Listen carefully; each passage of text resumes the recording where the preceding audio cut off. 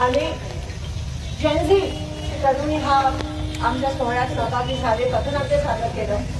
अनेक पत्रकार बंधू पण सहभागी झाले. या देशाचा चौथा स्तंभ सहभागी झाला, त्यांचे पण मनापासून आभार. आणि खरं तर आजचा 15 ऑगस्ट आपल्या सगळ्यांसाठी थोडा जास्त स्पेशल आहे, कारण का जेनझी आणि ह्या देशाच्या युवकांनी, ह्या देशाच्या तरुणांनी, ह्या देशाच्या विद्यार्थ्यांनी दाखवून दिलं की लोकशाही अजून जिवंत आहे. आणि म्हणून सगळे जेनझी आणि युवकांसाठी एक जोरदार टाळ्या होऊन जाऊ दे. या हुकुमशाहीच्या पूर्ण वातावरणात, या तानाशाहीच्या वातावरणात जर कोणी दाखवून दिलं असेल की आमचे विचार अजून संविधानाशी मिळतात, आमचे विचार अजून गांधी, शाहू फुले आंबेडकर महाराजांशी मिळतात, आमचे विचार अजून लोकशाहीशी जुळतात, ते आपल्या देशाचे युवक आणि तरुण विद्यार्थी आहेत. तुम्ही आमची श्रद्धा पुन्हा एकदा लोकशाहीमध्ये जिवंत ठेवली. या देशाच्या लोकशाहीला कोणी हात लावू शकत नाही हे या तरुणांनी दाखवून दिलं. म्हणून त्यांना मनापासून त्यांचं अभिनंदन करते. जेवढे जंतर मंतर आणि देशभरात जेवढ्या तरुणांनी ह्या आंदोलनात सहभाग नोंदवला किंवा जेवढ्या तरुणांना या हुकुमशाही सरकारने ज्या तरुणांवर पेलेट गन त्या ठिकाणी ठोकल्या, ज्यांच्यावर लाठीचार्ज केला, ज्यांच्यावर टीअर गॅस सोडला, पण तरीही आमचा तरुण झुकला नाही, विद्यार्थी झुकला नाही. त्या उलट जिकडे वॉटर कॅनन युवकांवर पसरवले तिथे तरुण जेनझी नाचायला लागले. जिथे बॅरिकेड टाकले तिकडे जेनझीच्या बॅरिकेडचे रोलर कोस्टर बनवले.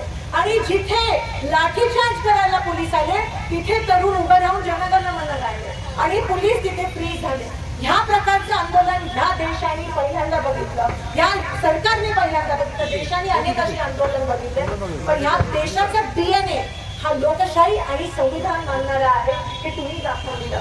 कितीही हुकुमशाही असू दे, कितीही तानाशाही असू दे, माझ्या देशाच्या लोकशाहीला कोणी आज लावून देणार नाही हे तुम्ही त्या ठिकाणी दाखवून दिलं, सिद्ध केलं.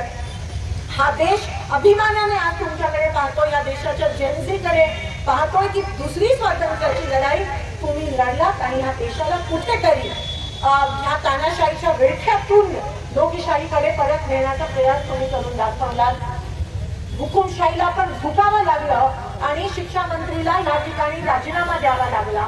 पण गृहमंत्री ज्यांच्या ऑर्डरमुळे युवकांवर पेलेट गन टाकली किंवा टीअर गॅस टाकला, त्यांना हिंमत नाही झाली की या देशाच्या सार्वभौम लोकशाहीचं प्रतीक या देशाचं संसद पार्लमेंट ते समोर आलेच नाही शेवटपर्यंत.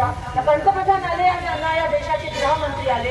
एकंदरीत त्यांना हिंमत राहिली नाही तुमच्यामुळे आणि ते घाबरून गेले, कारण का एवढा मोठा भ्रष्टाचार पेपर लीक मध्ये झाला. आज तुम्ही सगळे इथे उपस्थित आहात. तुमच्या आई वडिलांनी लाखो पैसे, कोणी जमीन विकले, कोणी कर्ज घेतलाय आणि तुम्हाला शिकवताय. तुम्ही कष्ट करून अभ्यास करता आणि एका रात्रीत पेपर लीक होतो आणि फक्त श्रीमंत लोक ते घेतात आणि जे सिस्टम मधले किडे आहेत तो पेपर विकत घेतात आणि तुमचं पूर्ण आयुष्य उद्ध्वस्त होतं. म्हणून या 23 जणांना त्यांचा जीव द्यावा लागला, म्हणून या 23 जणांना आत्महत्या करावी लागली. या गोष्टीला मी श्रद्धांजली अर्पित करते आणि ज्यांनी तो पेपर लीक केला त्यांचा निषेध या ठिकाणी करते. कुठे नीटचा पेपर 40 लाख, कुठे इंजिनिअरिंगचा पेपर 20 लाख, कुठे UPSCचा पेपर 15 लाख. पण आता ती करण्याची कोणाला हिंमत येणार नाही तुमच्या जोश आणि तुमच्या उत्साहामुळे. म्हणून या जेनझीच्या समोर नतमस्तक होते, या देशाच्या समोर मी नतमस्तक होते, या देशाच्या लोकशाही आणि संविधानाच्या समोर, या देशाच्या जनतेच्या समोर मी नतमस्तक होते. आणि ह्या ठिकाणी आपण सगळे आलात. आता आपण पहिले वंदे मातरम घेऊया आणि मग आपलं राष्ट्रगीत त्या ठिकाणी जनगण म्हणत घेऊयात. पण ही आपली सुरुवात आहे. हे तो ते झाकी थी, पुरा शो अभी बाकी है. आणि म्हणून यापुढे पण आपण ह्याच पद्धतीत लढत राहूया जोपर्यंत या हा सत्तेचा विषय नाहीये बळवंत दादा, हा लोकशाहीचा विषय आहे. आणि जर असं होत असेल तर ते भ्रष्ट सरकार दूर करणं हे गरजेचं आहे. आणि आता ती हिंमत सगळ्यांना मिळाली आहे, म्हणून हिमतीने आपण लढूया. मी नेहमी एक शेर बोलत असते, पण तो शिकतो. ती शायरी मला आज म्हणजे ह्या सगळ्या प्रोटेस्ट मध्ये जास्त महत्वाची बातमी कि अभी जिसका खून न खौला, अभी जिसका खून न खौला, खून नहीं वो पानी है, और वो जो इस देश के काम ना आए वो बेकार जवानी है. सलाम करते आणि यापुढे आपण वंदे मातरम या ठिकाणी